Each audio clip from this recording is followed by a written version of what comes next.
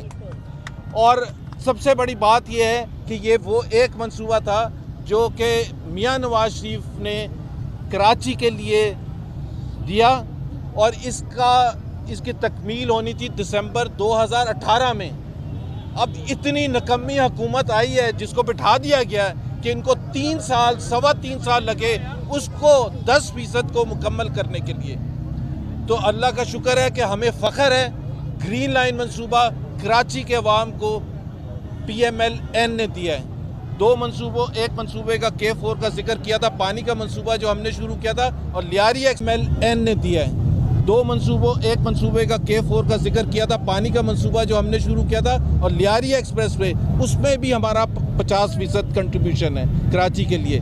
یہاں کے جو پاور پلانٹس لگے، LNG ٹرمنلز لگے، مفتاح اسماعیل صاحب بیٹھے ہوئے ہیں، وہ شاید اور وضاحت کر دیں گے۔ یہ کراچی کے لیے ہمارے بہت منصوبے تھے، لیکن سب سے بڑا جو چیلنج تھا جس پر ہمیں فخر ہے، 2013 سپتمبر میں جس کا ابتدا کیا گیا تھا آپریشن کراچی کا، امن لانے کے لیے۔ ایک دفعہ امن آ گیا تھا تو آپ نے دیکھا اکنامک ایکٹیویٹی بھی شروع ہو گئی تھی، سوشل ایکٹیویٹی بھی شروع ہو گئی تھی، کلچرل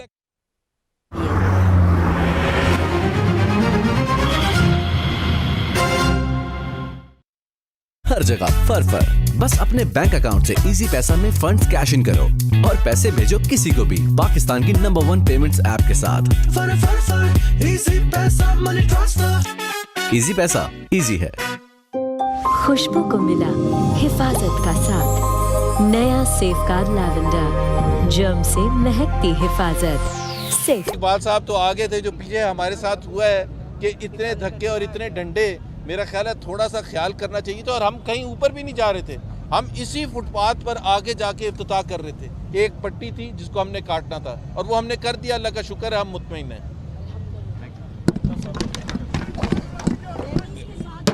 گرین لائن کے جو حقداران تھے انہوں نے آج اس کا افتتاح کر دیا. دیکھیں ایک دو باتیں میں کروں گا. ایک دو باتیں میں کروں گا. ایک تو یہ آپ جانتے ہیں کہ جتنی بھی پاکستان میں بی آر ٹی لائنیں لگی ہیں وہ صوبے کی حکومت میں بنی ہیں. جو لاہور میں بی آر ٹی لگی ہے وہ پنجاب حکومت نے بنائی تھی. جو پشاور میں پاکستان کی مہنگی ترین بی آر ٹی بنی ہے وہ کے پی حکومت نے بنائی تھی. لیکن سندھ حکومت نے حسب توقع اور حسب تاریخ کراچی کے اوپر ایک پیسہ خرچ کرنے کی توفیق نہیں کری. اور یہ لائن بھی وفاق کے پیسوں سے بنی تھی. سندھ حکومت نے اس نے اپنا حصہ نہیں ڈالا. تو ایک تو یہ پہلے بات ہو جائے کہ یہ وفاق کے پیسے سے بنی ہے. دوسری بات جو میں آپ کو بتا دوں کہ یہ 18 ارب روپے کی یا 20 ارب روپے کی لائن تھی. جو لاہور میں بی آر ٹی بنی ہے وہ 27 ارب کی بنی ہے. جو اسلام آباد میں بنی ہے وہ 35 ارب کی بنی ہے. لیکن جو پشاور میں بنی ہے، جو صرف لاہور جتنی لمبی ہے، وہ 125 ارب روپے کی بنی ہے. جتنی be are T Nawaz Sharif نے بنا کے دی ہیں آپ کو، وہ تمام 5 کی کاسٹ اکیلے عمران خان کی ایک پشاور کی بی آر ٹی کی کاسٹ ہے. تو یہ یاد رکھیے گا. تو یہ آپ کو بتا دے گا کہ نااہل بھی کون ہے اور جو نااہل ہے وہی چور ہے. اب دوسری بات سن لیں کہ کراچی والوں کو احسن بھائی نے بات کری کہ امن نواز شریف نے دیا، کوئی احسان نہیں دیا، یہ حکومت کا فرض تھا.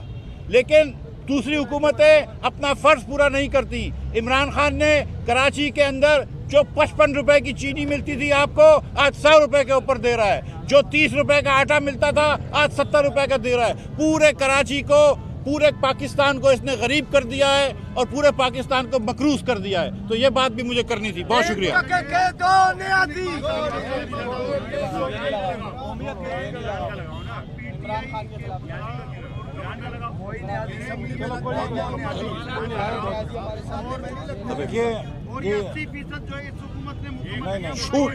یہ دیکھیے